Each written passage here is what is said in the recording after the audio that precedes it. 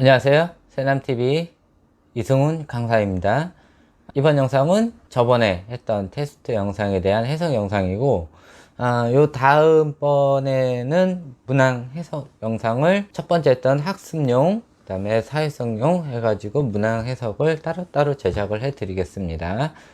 일단 궁금하실 것 같으니까 일단 해석 영상 지금 바로 시작하도록 하겠습니다. 그때 테스트했던 문항 중에서 첫 번째 했던 것, 그것이 아이들의 현재 우리나라 교육에 맞는지 안 맞는지를 볼 수 있는 테스트입니다. 각각 점수별로 테스트를 하셨다면은 1번을 선택한 게 보통 이제 우리가 말하는 좌뇌, 그 다음에 2번이 우뇌 쪽입니다. 그러니까 뭐 마이너스라고 뭐 나쁘거나 그런 게 아니에요. 이 부분은, 그러니까 첫 번째 테스트 했던 것은 좌뇌형, 우뇌형 테스트예요. 그래서 첫 번째 게 플러스 15가 맥스 점수이고 마이너스 12가 제일 낮은 점수예요. 그래서 0을 기점으로 플러스 쪽이 많이 갔으면은 좌뇌 타입, 0을 기점으로 마이너스 쪽을 많이 갔으면은 우뇌 타입이에요. 이것 역시 테스트 문항수가 많은데 지금 있는 아이들 시점으로 해가지고 테스트를 한 것이기 때문에 지금 있는 아이들 기점으로 봐주시면 돼요. 그래서 플러스 15점으로 많이 가면은, 높으면 높을수록 좌뇌 타입이 크고, 마이너스 12 쪽으로 많이 가면 많이 갈수록 우뇌 타입이라고 보시면 되고, 우리나라 조기교육이나 학습 자체가 암기식, 단순 암기, 외우는 거 시키면 시킨 대로 하고 순서대로 하는 타입. 하여튼 우리나라 교육 자체가 이렇게 외우는 게 좀 많아 가지고, 그리고 객관식 문제가 많잖아요. 그래서 이것을 잘 풀 수 있는 게 좌뇌 타입이 세면 셀수록 잘 풀 수가 있어요. 그래서 우뇌 타입 아이들은 현 우리나라 교육에 맞지가 않아요. 아니, 우뇌 타입 아이들이 좀 안 좋은 게 아니라 현 우리나라 교육과 맞지가 않아요. 우리나라 교육대로 이렇게 맞춰 나가려고 그러면 아이들이 굉장히 어려워해요. 왜냐하면은 좌뇌 타입과 우뇌 타입 아이들이 배우는 방식이 정반대예요. 그래서 이런 현상이 일어나고, 요것에 대해서 자세한 내용은 다음 영상에 알려드리도록 할게요.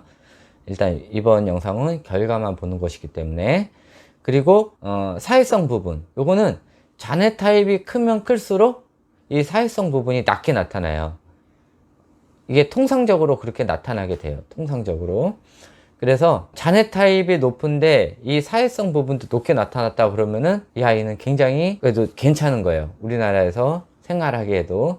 그런데 좌뇌 타입이 많이 높게 나타나는데, 지금 사회성 부분 같은 경우는 플러스 16, 그 다음에 마이너스 12까지 있는데 0 밑으로 많이 숫자가 나타났다 그러면은 이 아이들 같은 경우는 사회성 교육, 예절 교육, 창의성 교육, 이런 것들을 같이 지금이라도 병행을 해줘야 돼요. 그렇지 않으면은 이제 성인이 돼서 좀 고집세고, 그러니까 머리는 똑똑한데 우물안 개구리식으로 이렇게 주의를 잘 못 볼 수 있는 성향이 나타날 수가 있어요. 그렇기 때문에 첫 번째 테스트 했던 좌뇌 타입이 높게 나타났는데 이 사회성이 너무 낮게 나타났다 그러면은 이런 아이들은 조금 봐주셔야 돼요. 그리고 우뇌 타입, 첫 번째 했던 우뇌 타입이 높게 나타났는데 이 사회성마저 낮게 나타났다 그러면은 이런 아이들은 조금 부모님이 세심한 관찰이 필요해요. 그래서 어차피 학교 교육은 조금 힘들어요. 이 우뇌 타입 아이들이. 특히 높으면 높을수록, 그러니까 마이너스가 많이 나오면 많이 나올수록 학교 교육하고 맞지 않고 조금 차별화된 교육 방식을 선택을 해야 돼요. 이런 아이들 같은 경우는. 그리고 사회성 교육 같은 경우도 제로 밑으로 첫 번째 자우뇌 테스트 했던 것도 우뇌 타입으로 나타났는데, 이 사회성 교육까지 그 테스트 한 게 0 밑으로 나타났다 그러면은 이 부분은 조금 상담이 좀 필요하거나, 아니면은 부모님이 행동 방식을 조금 바꾸던지 이런 식으로 하셔야 돼요.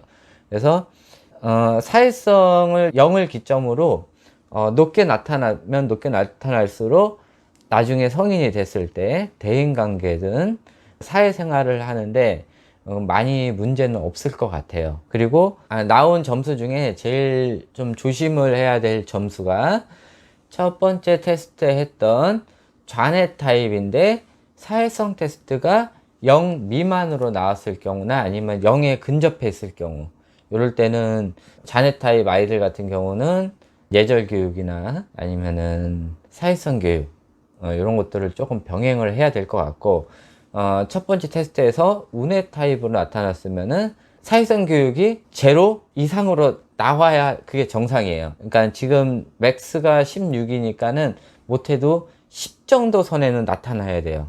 우뇌 타입 아이들은. 이게 원래 정상이에요.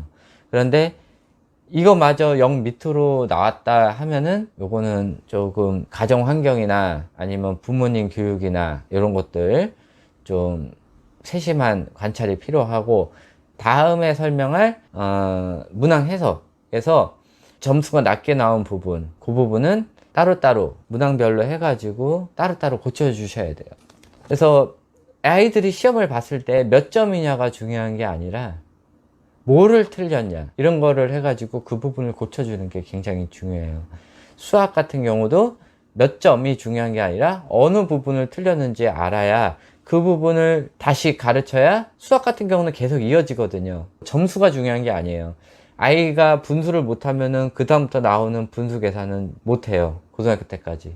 그러니까 틀린 부분, 잘못된 부분, 이 부분을 고쳐주시는 게 좋습니다. 그래서 문항 해석 영상을 잘 보시고 그 부분에 대해서 우리 아이가 어떤 부분이 조금 잘못됐는지 이런 것들을 확인해 주시는 게 좋습니다.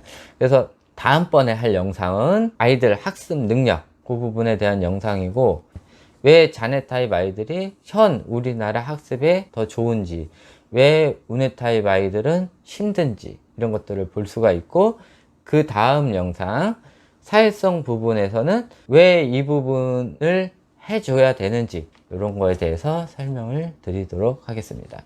그래서 이번 영상 이걸로 끝마치고요. 다음번 문항 해석 영상에서 다시 만나 뵙도록 하겠습니다. 네, 구독과 좋아요는 제 영상 만드는데 굉장한 힘을 줍니다. 네, 감사합니다.